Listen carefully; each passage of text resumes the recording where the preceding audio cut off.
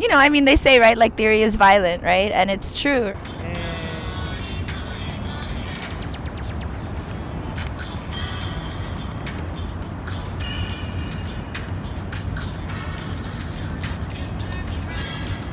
I danced and I danced and I danced and I choreographed, and I found such like safety in my dance company, right? And consistency, and kept trying to search for how that translated to religions that held dance as sacred, right? Especially something that, my grandmother held sacred, which was Santeria, right? She was a practitioner for over 40 years. She was a priestess of Yamaya. And so, knowing that dance and, this concept of ritual possession, right? And how that's tied to diasporic, connection to spirit, right? African diasporic spirit. Was this search, right? I think the first rule of a collective is wanting to be a contributing member of the collective, right?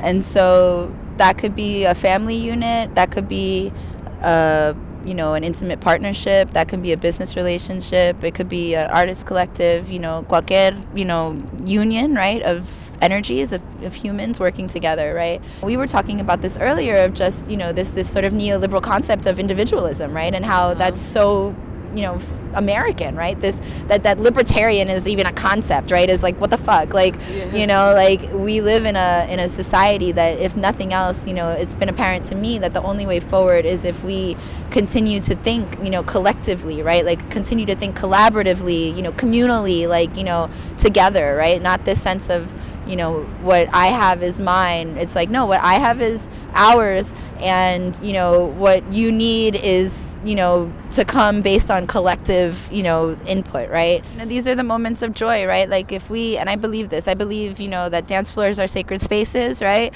And it takes everyone that comes to a space like that with an open heart to participate, right, in that magic, that co-creation of this charm, right, this magia, this energia, this experience of, the music and the drinking, if you drink, or just the high of being with other happy people, right?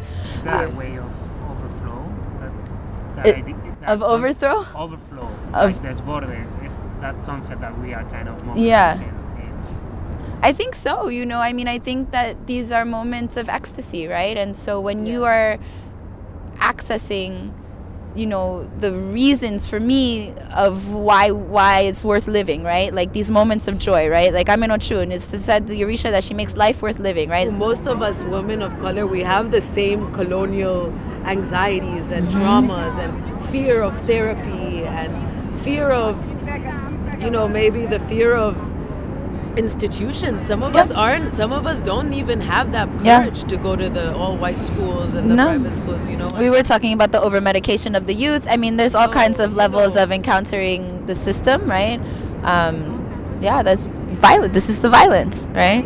Yeah, and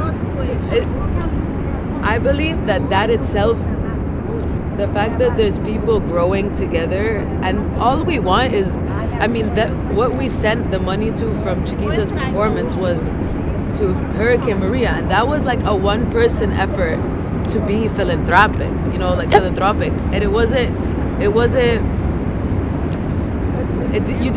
we didn't need to have a sponsor like Chase Bank or something like that. You know what I mean? Yeah. It worked. Like they just lied to you when they tell you that they could have given us more money. They would have given me many times more, but the offering wouldn't have been the same. The offering for me, it was like to raise the money was the best I could do with just the gathering, and I always, money can always be more, right? But like for me, it was, and I thought a lot about this of like really like what is success on this look like? Do I set a $10 million goal, right? Like, what does that even take, right? And it was really, no, it was like, okay, we raise whatever we can. This is a free and public event, and what I'm doing is I'm offering this to the community of New York that needs to also heal from this experience of us fucking buying water at Costco and shipping it, you know, to cousins in Puerto Rico, and then find, you know, this was trauma, right? And this is like, how do we heal from this trauma of what happened here in diaspora of this moment, specifically to Puerto Rico, and not just Puerto Ricans that are infected, everybody that knows a Puerto Rican, that was friends with a Puerto Rican, that lives in Brooklyn, that lives in the Bronx, that just watched this go down, right? And being like, well, fuck, if they're gonna do this to Puerto Rico, how are we not next, right? And if you didn't see that happening in that moment, then stupid you, because that was the fucking point. It was beautiful for me to see that who came out was not just Puerto Ricans, of course, because this was not just a Puerto Rican thing. This was Brooklyn Brujeria, and Brooklyn Brujeria is we show up when there's a Muslim ban. You show up when you're coming for a mujeres. You show up, you know, when the chinos are being put out, you know, in Sunset Park for whatever reason. You know, this is part of being in community and being a New Yorker, right? Yeah. First, right, before being an American, for me,